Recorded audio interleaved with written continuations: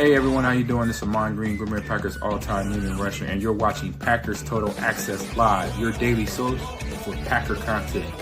Go Pack, go!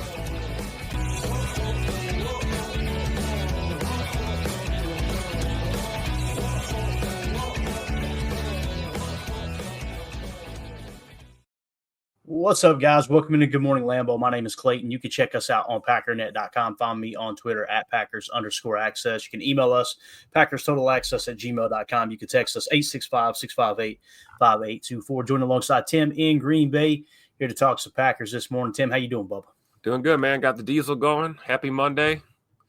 The refs still suck, you know. Yes, they do. And if you don't believe me, just sign on the socials for just a second. Kind of proud of the NFL community, to be honest with you. Everybody kind of banding together and taking a little bit of a stand. But we're not going to make this show all about that, obviously. We did enough of that last night. There'll be a little bit of it trickled in, I'm sure, as we walk through Twitter. But we're going to cover a couple of different things, guys. Obviously, it's Senior Bowl week. It's East-West Shrine Bowl week. We're going to hit on some of the prospects that are going to be playing in that. We've already began to touch on that a little bit, but there's a couple of articles I want to get into, one being the 33rd team with their Senior Bowl sleepers, okay? So we'll kind of see where they're sitting on the consensus big board in terms of some of these players, as well as Daniel Jeremiah did his first mock draft. So we're going to try to get to that point as well. Okay, Josh, thanks, Dad. Appreciate you, bub. They're great. They're great. Yeah, you're right. They're phenomenal. I'm always amazed at how people try to tell other people how to think. But anyway, that's a story for another day. Let's jump into it. We got some news here across the board. Ian Rappaport, the Bears are hiring Broncos tight end coach Declan Doyle as their new offensive coordinator per me and Tom Pelissero. Ian Rappaport tweeted that out. A key hire for Coach Ben Johnson. Doyle is a rising offensive mind at just 28. He's now an OC. So that's an interesting hire. I think that kind of came out of left field.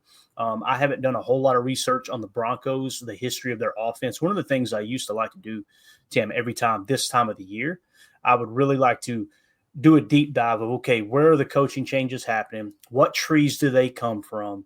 And kind of see, okay, here's the system they're going to be kind of, I'm trying to think of the right word, like a skeleton of their offense is going to be structured around the different aspects of said offensive coordinator's coaching tree, right? Like, to give you an example, when Matt LaFleur was hired, obviously we weren't doing this podcast at the time.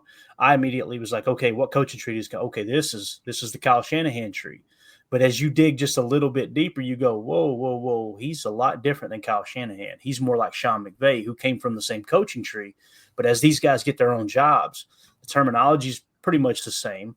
The idea around the offense is pretty much the same. It's just they've got different ways of getting there to that success, right? So you've seen Matt LaFleur press into the Sean McVay approach, and Mike McDaniel down in Miami pressed into the Kyle Shanahan approach. That's a good example of one coaching tree. So I'm eager to see what tight end coach from the Broncos there, Declan Doyle, does as the offensive coordinator with the Bears. And again, Tim, we talk about this all the time. He's the offensive coordinator, but we know Ben Johnson's going to be calling the plays and running the show there in Chicago, I'm sure. Yeah, and, you know, as a Packer fan, it's like you're kind of vacillating between these 2 points of like, oh boy, the Bears are making changes, right? They've got a young upstart head coach, right? He's putting his staff together. Maybe the Bears won't be a raging dumpster fire. They'll be a smoldering dumpster fire or something next year. Or there's the other side of the coin, which is, wow, they could be really good. You kind of don't know what you're going to get here. I'm leaning more towards the side of, hey, we got a first-year head coach and we got a first-year OC. Let's see what happens. I'm assuming Ben Johnson is going to be the mastermind of that offense, and Doyle will probably be the play caller as they put that offense together. So I'm not in panic mode as a Packer fan. I've always said the NFC North being better makes the NFL better. We kind of saw that throughout the season this year as we had 3 really competitive teams in the NFC North. If we add a 4th next year, hey, more power to them. I think we're better when our division is better. So it's probably a good hire, but time will tell. But I feel good as a Packer fan that we've got, a first-year head coach, and we've got now a first-year OC at the helm there in Chicago. So should make it interesting for for us Packer fans, because we've got some experience on our staff, no rookies on our staff. I'll take it.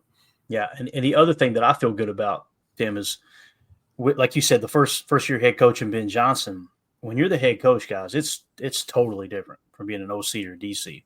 You now have obviously say over everything. You've got to oversee everything. The good head coaches kind of allow their coordinators to do their job. And when I say the good head coaches, I really mean the great head coaches. They were good at delegating, right? And giving people responsibility within the team and not trying to micromanage every aspect of the game. That way you can focus on the key decisions you need to make as a head coach, the going forward on fourth down. As silly as it sounds, is how you're going to structure your game plan to cater to the fact that you're going to plan on deferring or taking the football. A lot of different things. How you're going to control the middle eight, how aggressive you're going to be in the middle eight, how you're going to approach that fourth quarter if the game plays out this way, how you're going to approach the fourth quarter if the game plays out that way. Because we always talk about, Bill Belichickian way of looking at the game is there's really three phases in the game. The first quarter heading into the second is all about gathering information and making an adjustment. The last 4 minutes of the second quarter and the first 4 minutes of the third quarter is all about controlling the momentum, by controlling the middle eight. And then the fourth quarter is a standalone game. Throw everything out the window. What's working today, what isn't. We got to adjust in the fourth quarter and go out and try to win the game that's being played on the field right now. And typically, that's why you've got so many teams that come back in the fourth quarter across the entire National Football League, is because the team that's winning presses in and understands I'm playing the clock. And the team that's willing to get out of their game plan and go, you know what, this isn't working, we've got to adjust and treat the fourth quarter like a standalone game. Those are typically the teams that lead the league, and those come from behind victories, right? So, again, that's not nothing I made up or came up with. That's Bill Belichick 101. That's how he approaches the game. So let's see what else we got in the chat here. I know we got several people filing in. Holmes says, I've decided that Mac makes a lot of sense at edge on a 1 to 2 year deal. Yeah, obviously, if you watch this show, Holmes, and we know you do, that's kind of where we're at. That's where we've been. It does make a lot of sense. He's one of the few players in free agency that I would say I'm okay with overpaying for him. And you're probably going to have to overpay for him to get him in here, right? That's truly the case. Green Bay is not a team that people are just going to line up to go play for. We've seen that in the past. If football is not first and foremost, there's other cities across the country that these players would love to live in, right? Like your Miamis, even Texas. Texas is one of those states that people just love. Anybody who moves to Texas, they love living there, right? Believe it or not, Nashville is like one of the most sought after cities right now, or at least areas around Nashville that people want to move to. And that's why it makes it a little more attractive than, say, someplace like Green Bay, where obviously it gets cold a lot quicker. And there's been people on the record. This isn't my opinion. I love Green Bay. I'm planning on buying a house there within the next 2 years. But, your Terrell Owens says, ain't a damn thing to do in Green Bay, right? The famous quote, and this and that. Yeah, sorry, we only have one strip club, T.O. Sorry. That's the way that works, right? So, but when it comes to Khalil Mack, I think he's thinking about that ring, to be honest with you. And that's probably what's going to be not the deciding factor, but the big sway point. Let me give you an example of what I'm trying to explain. Let's say Kansas City wins this Super Bowl again, right? And Khalil Mack says, man, I want a ring. I'll come out there and play for you guys for less to win a ring. Well, he'll play for less for a team like that probably. But if you come in and give significantly more than the Chiefs to get him to come to somewhere like Green Bay, that can make that happen. There's few players in free agency this year that, my personal opinion, I could be wrong, that I believe are worth overpaying for. Khalil Mack is that dude right now at just where he's played, right? The level in which he's played. So, anything you want to add to the Khalil Mack? It's cool to see people kind of press it into that a little bit, man. I'd like to see a little momentum created there. Yeah, and I think Holmes is right. Like 1 to 2 year deal. I mean, if you're trying to get him, like you said, to come to Green Bay, you probably have to give him a deal that he feels like, hey, he's going to finish his career here. Whether or not he plays another year or two is kind of up in the air. I'm sure he wants to play at least one more season. So if you have to, give him a little more years on the contract than you may have wanted to get him there, that's an option. Obviously, like you said, slightly overpaying. You may have to sweeten the pot a little bit to get him, to sign that contract. But He's definitely on the radar, man, and I think he could help our football team, certainly. Yeah, definitely. Number one Packer fan says, do we think that a change at OC is needed so that we have an actual play caller allowing Matt LaFleur to focus on head coaching duties? Here's the issue with that, number one Packer fan, in my opinion. Matt LaFleur's strength is play calling. I know people disagree with that, but I'm sorry. You can't have a head coach who's now had two different quarterbacks. Obviously had to fight through injuries with the roster like he has since he's been here in Green Bay. Had the youngest roster 2 years in a row and still finished with a top 5, top 10 offense, right? I don't see Matt LaFleur giving up the play calling. I don't think I want him to. But what I would love to see, number one Packer fan, is bring in a veteran presence to help Matt LaFleur on the coaching side. Let me explain what I mean here. Like a senior advisor. Like in business, one way people screw up, they'll be ambitious as all get out, right? As a business owner, anything you do in life, really. Be extremely ambitious and you'll go after something. And you'll have success to a certain level, right? And then you plateau because you're not willing to lower your ego and get someone in-house to help you get to that next level that's been there, that's walked through the minefield. What I would love to see Matt LaFleur do, keep the play calling duties, but go find a couple of old heads that understand the game at a much higher level than Matt LaFleur. Maybe not the current game. It can be the old game, but just get an extra set of eyes on it. There were several people that did that for Bill Belichick, one of which his name was Ernie Adams. And if you guys don't know who Ernie Adams is, I'm pretty sure that's his name. I get it mixed up sometimes. But Ernie Adams was this dude that when Belichick was in Cleveland, if I remember correctly, Art Modell, the owner, actually made a joke and said, I'll give, $15,000, just back in the day, $15,000 to the person who could tell me what Ernie Adams does. And, like he didn't understand it. And behind the scenes, this was Belichick's guy that he was constantly bouncing things off of, this old football head, right? Let me give you an example. You guys remember the Super Bowl, right? The Super Bowl where against Seattle, where they get the interception inside the 2-yard line. The story you didn't hear much was how the Patriots prepared for that game the week of, right? The story you heard was, man, Pete Carroll's an idiot for not giving it to Marshawn. Gosh, what's his name? Escaping Marshawn Lynch, yeah. Marshawn Lynch. I want to say Marshawn Lloyd. Marshawn Lynch. Why did he not give him the ball? Why did he not give him the ball? Well, Reed, take your eye off the ball. You'll hear all about it. Exactly. They knew that the Patriots struggled with that stack look at the goal line, and they were playing the numbers game, right? Well, guess what happened? The week of the Super Bowl, Ernie Adams comes to practice with a card. We need to focus on this play right here. This is a play they're going to run if they find themselves in a situation inside the 5 and they practice it. Well, Malcolm Butler, I believe it was, ended up making the interception. He did not practice that play successfully all week long, struggled all week long. And then at the time, they sent him in to make the play. That was just a split-second decision, right? And you could see him and I think it was Brandon Browner switch positions right before the play. Brandon Browner recognizes what's going on, and he knows the call is I've got to jam the guy at the front of the stack, right, and allow the other guy to shoot his shot. Malcolm Butler's a smaller corner. Brandon Browner recognizes it, goes, hey, switch. So he jams, and Malcolm Butler shoots his shot, picks the ball off. They win the Super Bowl. So, again, the casual fan on the surface, the sports media looks at it and goes, boy, what a stupid call by Pete Carroll. When in reality, the numbers suggested they should run that play, especially with the down and distance.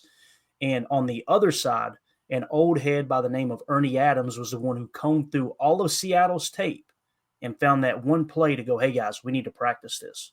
We need to work on this. They're going to run this on us. It's going to happen because the stars align with how much man coverage the Patriots played, along with they're going to load the box to try to stop Marshawn Lynch inside the 5.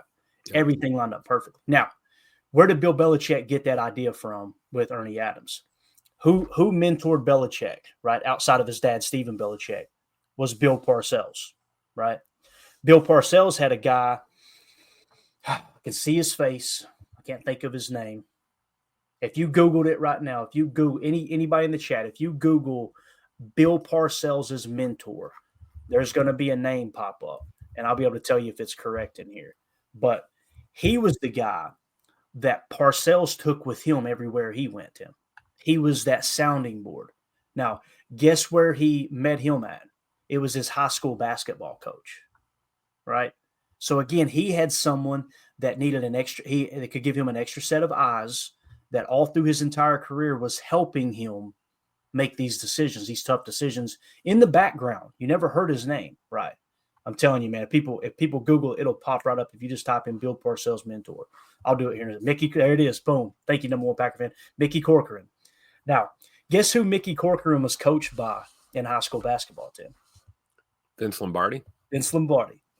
So that was a pretty good guess. Yeah. Imagine that. But now, go back to the original question here that we had. Now, I know this is a very long story, but these are the things I think are important behind the scenes, right? Matt LaFleur, love his play calling. It's his strength. Get someone like an Ernie Adams in-house. Get someone like a Mickey Corcoran in-house, right, that you can trust. He kind of did it last year with Robert Saleh, but let's be honest, that's not a mentor. That's a buddy. That's someone you trust, obviously, right? I don't know who that dude could be, but, Belichick would have been the perfect one. I would have went to Belichick, and some people don't have the security to do that. They're too insecure to do that. Like, they're going to be looking at my show like the second we struggle, they're going to want to hire him. They're going to want to hire him. And obviously Mickey Corcoran wasn't a Bill Belichick type, right?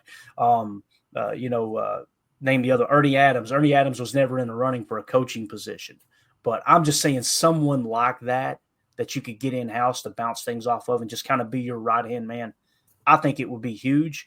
Essentially what I'm saying, Tim, a coach's coach. Yeah. Does that make sense? It does, because I think with Matt LaFleur's scheme and system, like what we've seen a combination of pseudo predictability and teams kind of figuring things out. And then we've also seen kind of a lack of execution from the player standpoint in some of these looks. So having a person like that in your building that you can kind of use as a sounding board or bounce ideas off of, when you're out there in a practice or you're out there at training camp or you're doing your install, it helps you stay fresh, because I think one of the things that ran McCarthy out of Green Bay was, offensively things just got stale and they got predictable. And, I'm not saying that's where we're at right now with Coach LaFleur. I don't think so. But I do think that, as you get into your tenure as a head coach in this league, there are teams and defenses that will figure you out and figure out down and distance and situationally what you like to call. We saw quite a few jet sweeps on 3rd and 4th and shorts getting blown up this year because it's become a staple of this offense. So it's not necessarily what you're calling, but when you're calling it. And I think another football mind, maybe like you said, maybe someone from the old school who's not rooted in the latest trends, can kind of help you balance out your offensive call sheet. I'm not saying we need to rework the playbook, but I certainly think that there's some truth to what you're saying, that bringing a football mind in there to just kind of be allow you to bounce some ideas off of that could certainly be beneficial for Matt LaFleur, I think, going forward. Yeah, I agree. And we got a couple comments here. J. Cole says, does Matt LaFleur look at Rich that way?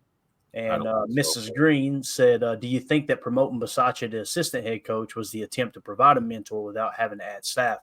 I think it was. It was also, it's kind of twofold. Obviously, you wanted to improve the special teams, but Rich Bisaccia was being targeted as a potential head coach across the league. So it's like having that second head. That's what your assistant head coach is supposed to be. Some people, it's just a title to protect the coach, like Antoine Randall in Chicago, right? Yeah. You kind of protect him, so someone has to make him their assistant head coach in order to sign him, if I understand the rules correctly. Yeah. I think there's some truth to what she's saying, though, too, though. Like, also kind of mentorship for Matt, on the sidelines as well. Yeah, no doubt about it, man. Let's see here. We'll get to that in a second. Let's go back. Let's fall back just a touch. Holmes MD1 understood, Clay. It would have to be a player-driven acquisition and no bidding. We're talking about Khalil Mack. Completely agree. Josh Martin says 1 year, $8 million max for Mack, but you might as well not even call. Yeah, you think Khalil Mack's going to play for $8 million in Green Bay? He may play for $8 million in Kansas City, but he ain't going to do it for someone that he would probably Philly, Kansas City, maybe the Bills, someone like that you see they're this close to making it to the Super Bowl. The Packers are close. The Packers are like here, right? But I wouldn't put them in that top tier yet. Again, adding someone like a Khalil Mack kind of pushes you over the edge a little bit. But imagine how good the Chiefs will be if they had Khalil Mack, if he continues to perform at the level he does, opposite Chris Jones. Because Chris Jones can play 1, he can play 3, he can play 5, he can play 9. Put him all over the defensive line and maximize the mismatch that he creates for just about any offensive line he goes up against outside of the top-tier guys. And you put Khalil Mack on the other side, good luck blocking that front, right? But, yeah, I'd got to say, again, with all due respect, Josh, I don't think 1 year, $8 million going to get Mack in Green Bay. I hope I'm wrong. Because that would be absolutely awesome. Yep. Holmes MD1, we definitely need to improve the short passing game, but we don't want to turn J Love into Charlie Checkdown. There's definitely needs to be a balance there, Holmes. But I tend to lean toward what Joseph is saying here. I think we would have had more consistent success if he had been Charlie Checkdown more. That's the thing that our boy Patrick Mahomes has done the last couple of years, Tim, is he's not just bomb the ball. He's Charlie Checkdown, and they're winning Super Bowls, right? But like Holmes said, there's got to be a balance. You know what I mean? Well, yeah, and then the check down. Like, let's have the correct conversation, right? What is a check down? You're going through your reads. It's not there. Throw that check down. Throw that safety valve.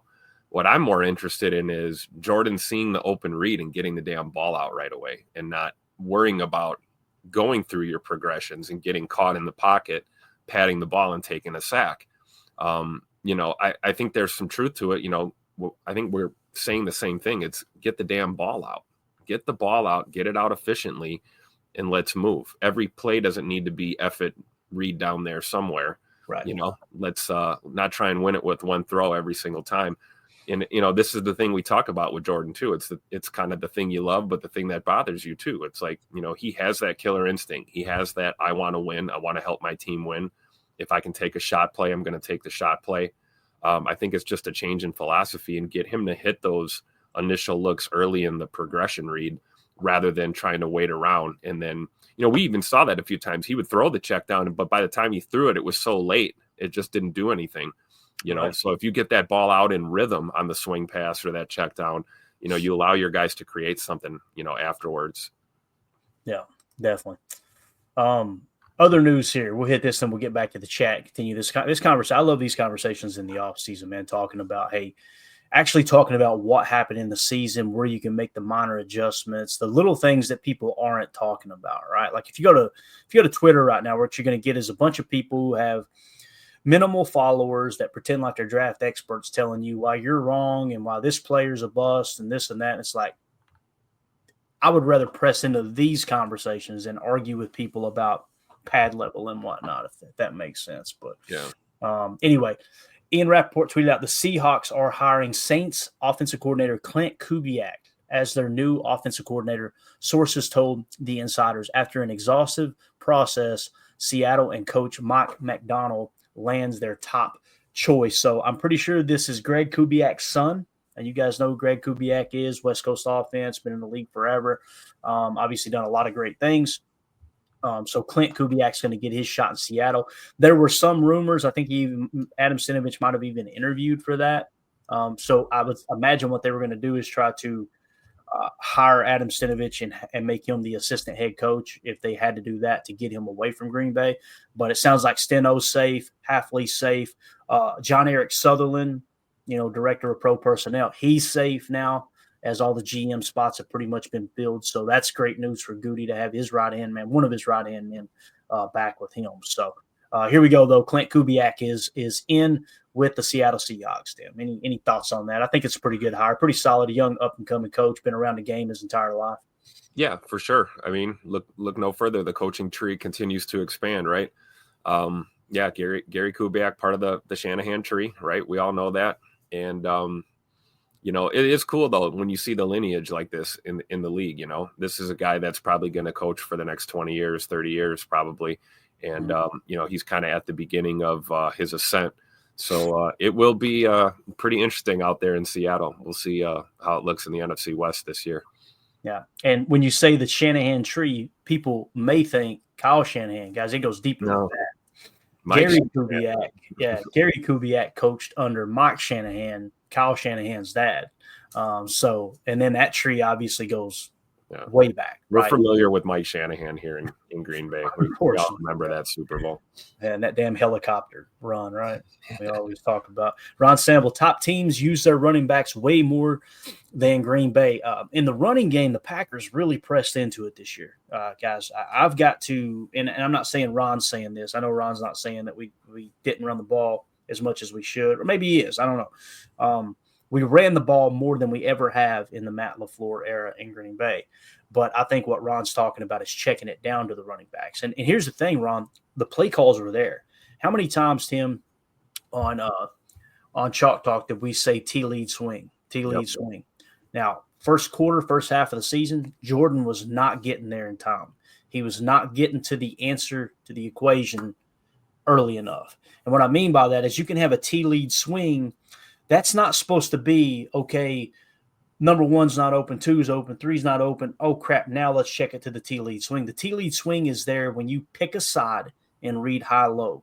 So if you picked, let's say the T-lead swing is going to the right, and you pick the side that's, let's say you've got like a wolf concept where it's an out with a corner over top of it.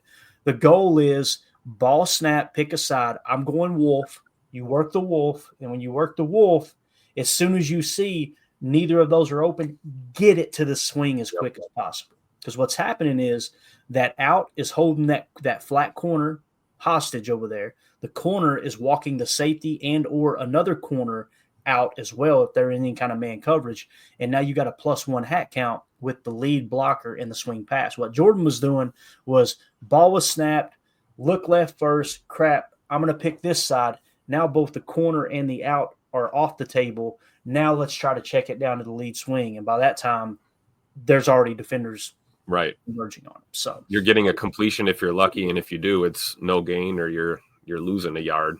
Yep.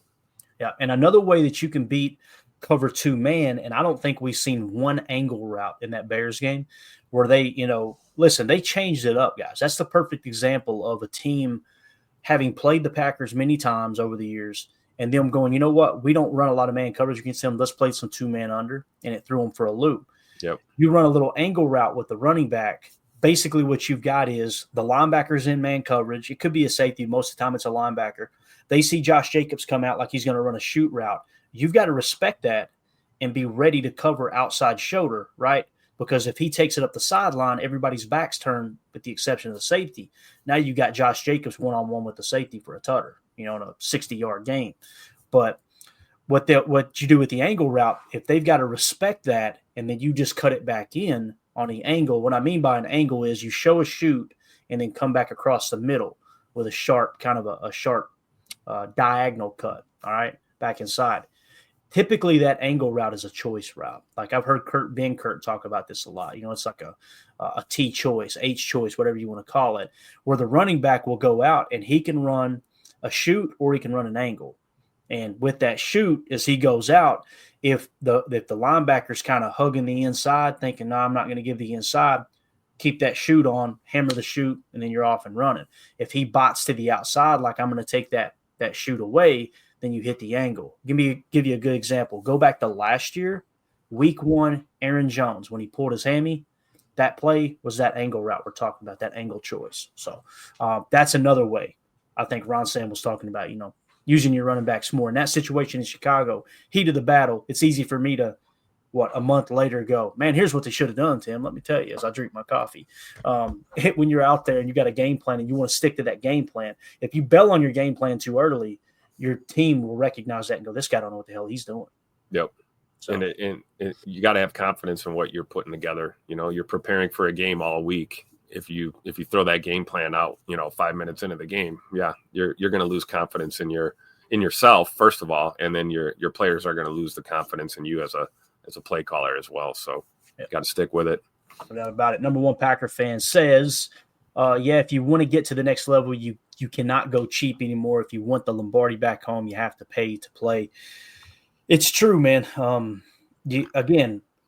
I've been as excited as anyone to have the youngest team in the league 2 years in a row, but you got to accept the fact that there's no other team in the history of the game that's won the Super Bowl as the youngest team. We could sit here with our head buried in the sand and pretend like, oh no, we got a shot next year. You understand? You've got to break 100 years, 100 plus years of, at least it's less than that because they didn't have all the data at the time. I'm sure guys were lying about their age. They were 42 years old in 1933, saying that they were 28 so they could stay in the league, right?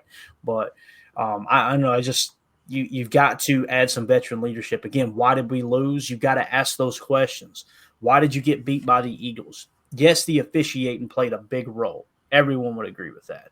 But we got our ass kicked in the trenches. It's really that simple. So that if you want to beat the Philadelphia Eagles or a team built like them, you've got to get stronger in the trenches. It's got to happen. I know some people are fixated on cornerback and this and that. For me, man, I teeter back and forth, Tim. I've talked a lot about 3-tech, and I think it's very, very, very important moving forward for our defense.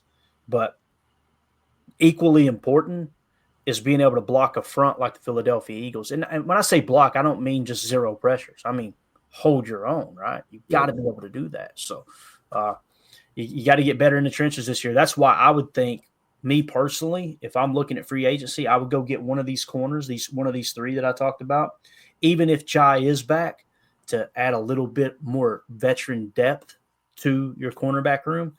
I would also try to go get Drew Dowman at center if you can get him for the right price. That way you can help solidify the offensive line and still add more depth in the draft. Jordan Moore going to be healthy as well. And you can keep Elton at left guard. We've seen what happened when we moved him. That's something to take into consideration as well. And then the other aspect is try to go get that. If you go get Khalil Mack, now you're building the trenches on that side, and then use the draft to try to find your 3-tech of the future. I think that's a hell of an overhaul. You're talking about signing 3 players in free agency that'll probably tie up somewhere between 25 to 35 million in cap this year, and then you readjust next year. I think that could push you much, much closer to that top tier of talent. That makes sense. That's kind of the blueprint I'm coming up with here, man.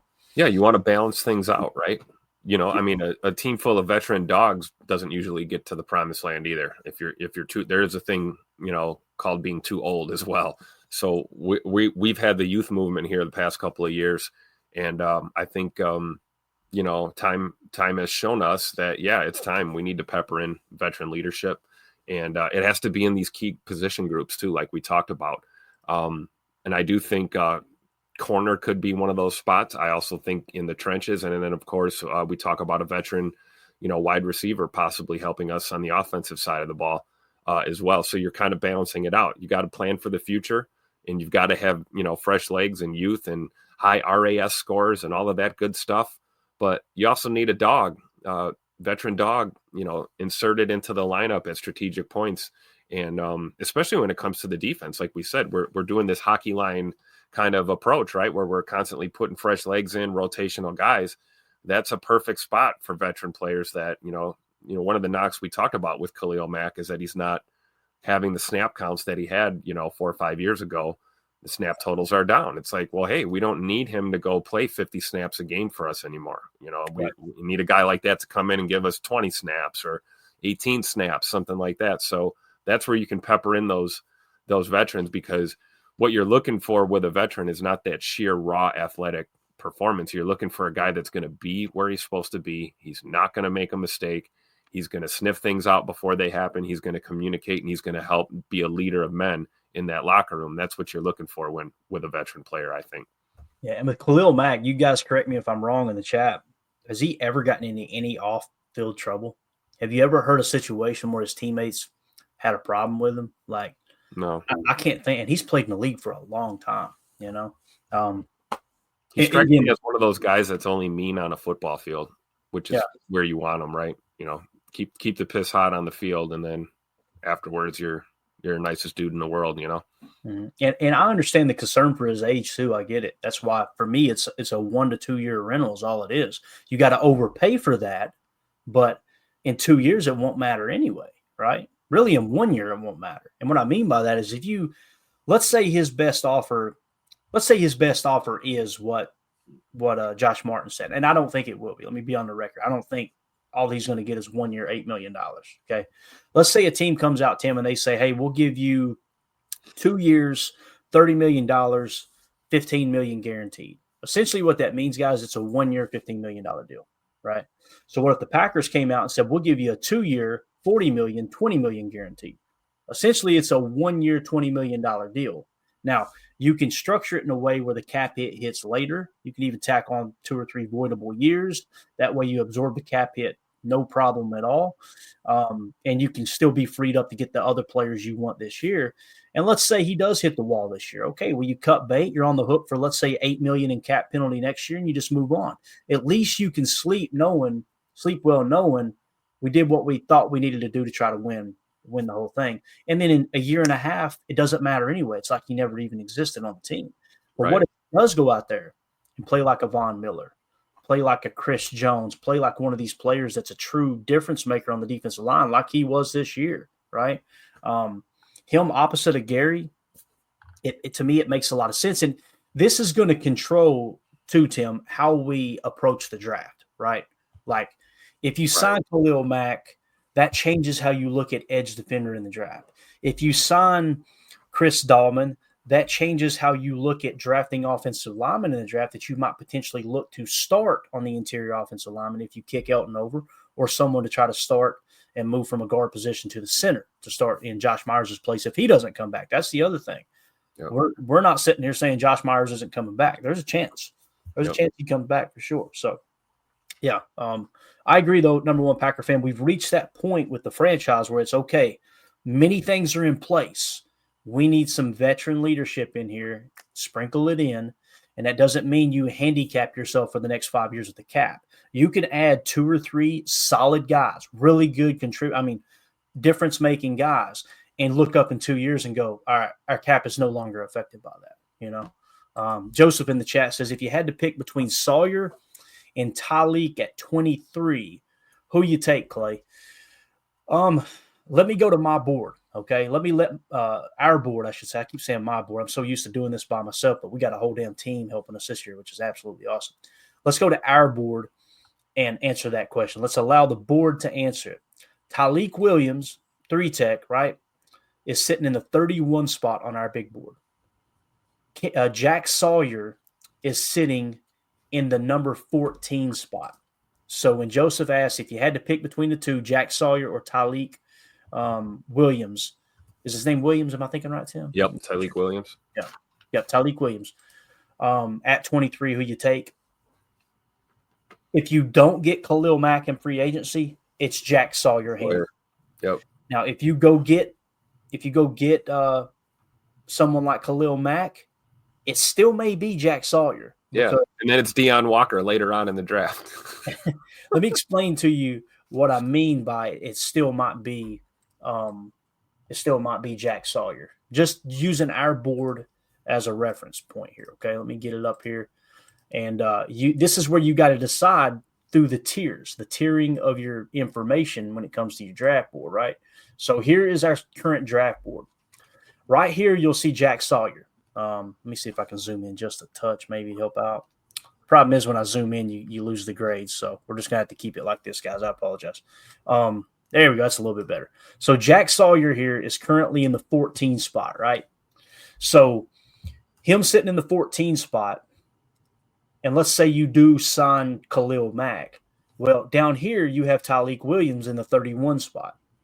So let's say they're your 2 best players left on your board. I don't know if they will be, but let's just pretend that they are, okay? What you've got to ask yourself is this dude with a 38.3 grade in Tyleek Williams, and this is if Goody's board looks like that. It may be, they may not even have Jack Sawyer on their board. I doubt that. Yep. That could be the case. You got to acknowledge that. He's sitting at a 20.5. In my opinion, guys, that is 2 tiers higher than Tyleek Williams. Now you think, why do you have such a high grade on Jack Sawyer, Clayton? I'm looking for criticism on Jack Sawyer. I'm looking for it because I'm having a hard time finding it. Like outside of people on Twitter saying they hate Ohio State. Well, that has nothing to do with drafting a player for the NFL. That'd be like me refusing to draft a Florida Gator because I'm a Kentucky fan, or refusing to draft, I'm trying to think of a USC guy because I love Notre Dame, right? Right. That's silly. That's just silly talk. And I understand the emotions, and if it's tongue in cheek, we're having fun. I got you. I get the humor in that. But Jack Sawyer, guys, let's just take into consideration the minute amount of data we have on our board right now, right? In 2022, he was the 223rd edge defender, all right, in the entire college football. In 23, he was the 18th best edge defender.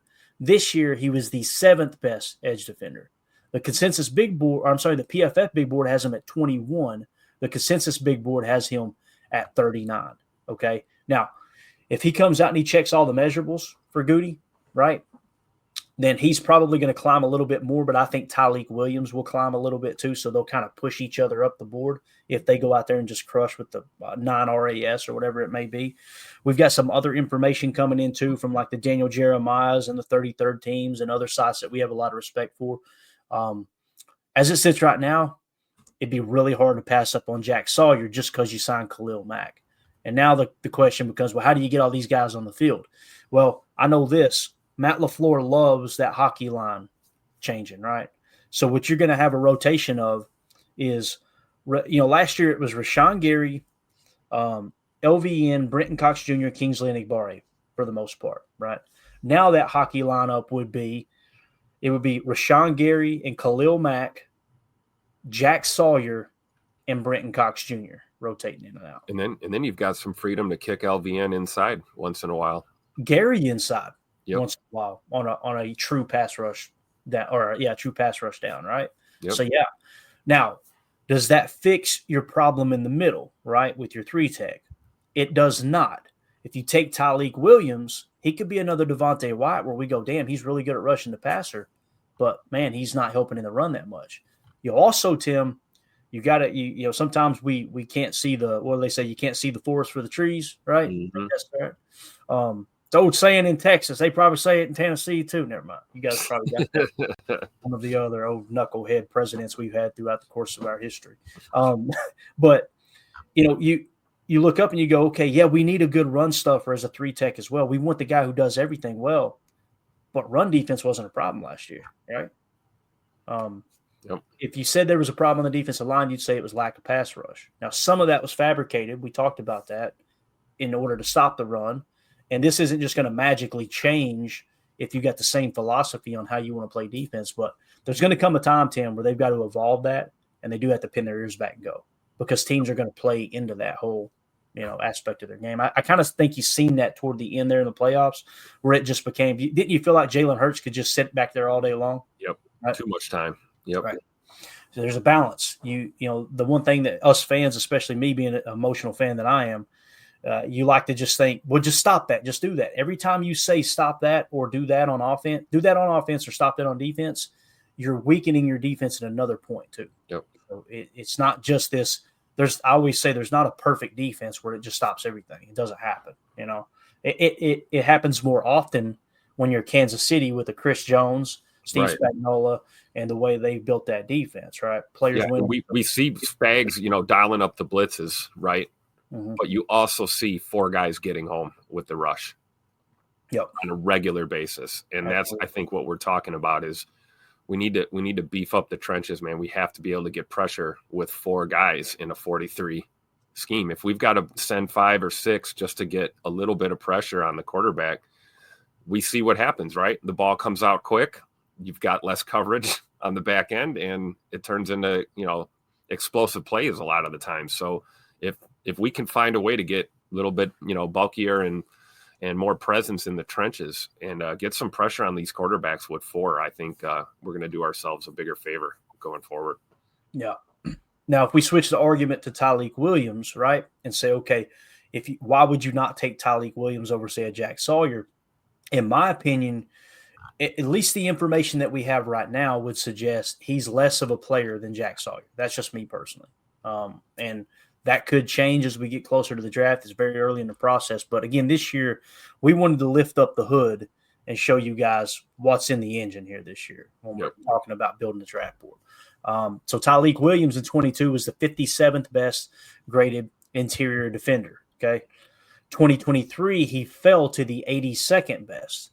And then this year, he jumped back up to 56. So it kind of feels like in college football, he was never according to PFF, he was never better than the 56th best defensive lineman in college football. Now, we know those grades could be because other players are playing less talent. Ohio State plays top talent. You got to take that into consideration. Also, there's players around him that should be making him better, like Jack Sawyer and other people on that Ohio State defense. So you got to take that into consideration when you're dogging the smaller school guys, right? It's just all this needs to come into play. PFF big board had him at 24. The consensus big board had him at 35. So, again, significantly lower grade than our boy Jack Sawyer, who is sitting there, like I said, in the 14 spot with a 21.3. The way I do the tiers, and the board is nowhere near done, you do these in increments of 5, all right? And you'll notice with the information and how, like the 33rd team will do their horizontal board, when you break them down into tiers, typically, the way it equates to my board that I've created over the years and now our board that we're doing this year is they would have it broke down into half the tiers, right? Meaning they would probably have a couple of players at the top, and then you would have multiple players, probably 5 to 10 players in that second tier. As opposed to us, we've got 4 players in tier 1, only 2 players in tier 2, and then 2 players in tier 3. You see how we're differentiating even more. But you do have to take into consideration that everybody's board is going to be different, So sure. That's and again, this stuff's going to get shuffled around, but this is how it sits right now. And we're going to be adding a ton of more information in. We're also going to be doing identifiers like this right here, this red on 23. That means that Travis Hunter dealt with an injury in 23. So again, that 23 PFF grade should bring his grade down significantly, right? But we need to know, hey, probably injury related right there. And then what you're going to have to be careful for is when this 24 column this year, if any of those are lit up in red, we don't have the information in yet. Like right here, Chris Paul was injured in 23. That would explain why he went from 119 all the way down to 591 and then back up to 20, right? So those things right there will come into play as well. We'll also have little tags on each guy, like Shedeur Sanders. You see the EWS, that means East-West Shrine Game. We'll also put the Senior Bowl there, right? And the main reason is we'll also have the interviews. We're going to have a separate mark for if the Packers met with them and interviewed with them as well. Those guys will really pop. Again, we narrowed it down last year to 6 players, I think it was. 6 players that fit the Packers mold perfect, and they drafted 2 of those 6. Yep. So that's we'll continue to do that as the year goes on as well. So appreciate that question, though. I know it's a long answer, Joseph, but this is the time to ask and answer those questions for sure, man. So, Tim, we were going to get into some more Twitter stuff. Actually, let's go rapid fire so we can finish the Twitter stuff, and we'll have to hit those articles we talked about tonight because this went by really, really fast. This is a blast, though. Let me see. Let me close a couple things out. Got more windows open than a trailer park over here. Heard it from a fan right here.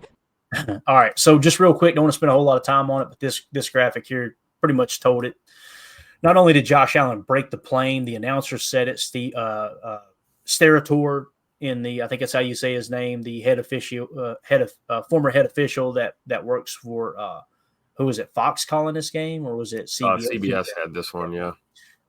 He said, it looked like a third of the football broke the plane. But not only that, pre-snap, there were 1, 2, 3 Kansas City Chiefs in the neutral zone. No flag. They don't have access to the overhead cam. Exactly right.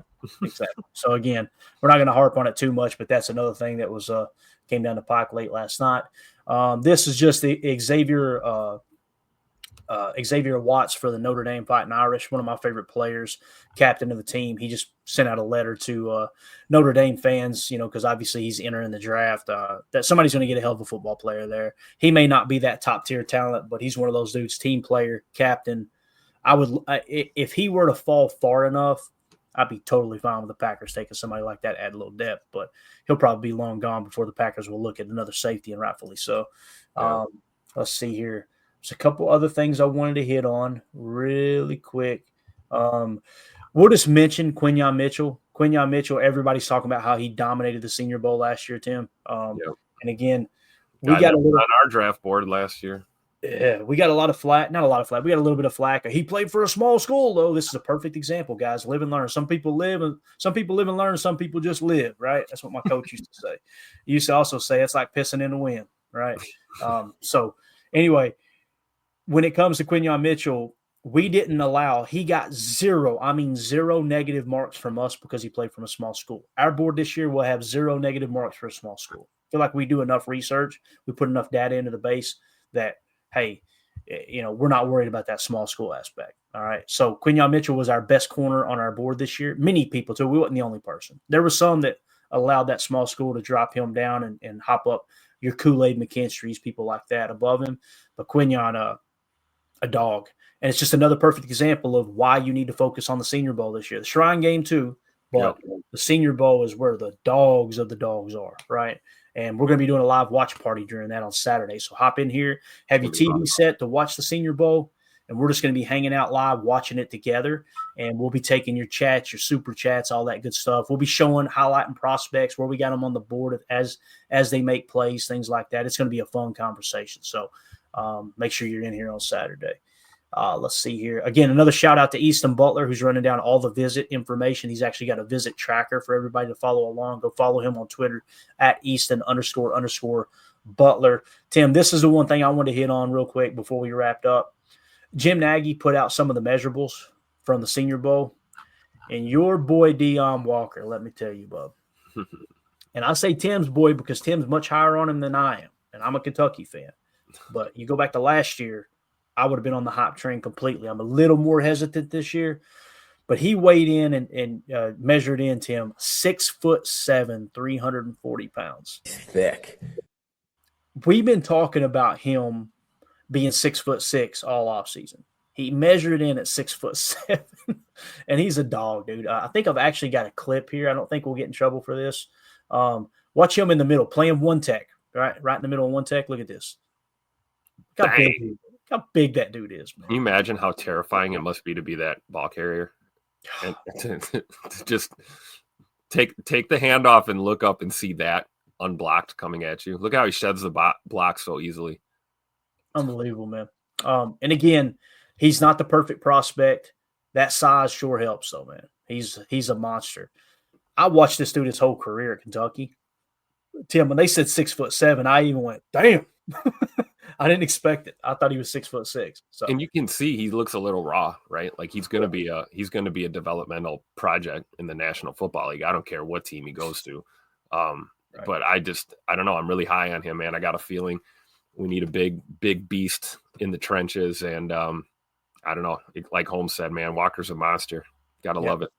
And you can go watch the highlight reel yourself. We got to be careful with this stuff because that's how we got hit before with the copyright stuff. It was college tape that some person on YouTube posted to, and the AI flagged it as we stole their content, although we knew they didn't have the rights. They had a couple hundred people subscribing, but because the AI flagged it and he accepted the flag, that's what got us marked as using someone else's content. So it's footage that everybody has access to that this guy wanted to be an ass about and flag our channel and say we stole it from him. And there's no one to talk to at YouTube. No, you can't call customer service, go, hey, here's what actually happened. Can we get this revoked here? No, there's no one. It's sorry. That's just read the policy. Read our policy. That's what we get from a automated chat. So that's what's frustrating. And I'm sure we'll get boosted down the algorithm again, and that's okay. But just for saying that, but it is what it is. But yeah, with him, the other thing, what I was going to say is go watch his highlights, and you're going to see him play wide 9. You'll see him play 3. You see that one, and people go, well, Clayton, we need a 3 tech. I'm with you. That's a dude who's got enough athleticism, and I think you'll see it unless I'm, disappointingly surprised with the combine or the pro day stuff. He can play all over the defensive line. He's not an ideal 9. Please don't take this the wrong way. But he can play. We wouldn't need him for that, though, I don't think, right? We've got guys for the wide 9 sets. Yeah. He can play 3. There's no doubt about that. So, all right. Anything else you want to hit on here, Tim? We covered Deion Walker being a dog, so we've accomplished everything that I needed to do today. That's all that matters, right? Now we're not going to talk about him anymore, so hopefully he stays under the radar. Look, Andy Walker says, morning, y'all. We're wrapping up, Andy. I'm sorry, but appreciate you swinging through. Hey, hit that like button for us, though. We greatly appreciate it. All right. Let's get out of here. We'll be back tonight, 7 p.m. Central for more for PTA Live. And we're going to dive into that article from the 33rd team. We're also going to talk about Daniel Jeremiah's first mock draft, and we might do a couple mock drafts ourselves here on the night show. We'll see if hey, there we go. If there's anything else to talk about. So, Tim, thank you for your time, man. Thanks for having me, man. This was awesome. See you tonight. All right, buddy. Everybody have a great day. We got one special request here from Holmes MD1, though. He said, Tim, cue this up for us as we wrap this show up, if you don't mind, sir. You think God never farted? All right, that's it. Y'all have a great day. We'll talk to you tonight. And we go. Bye, guys.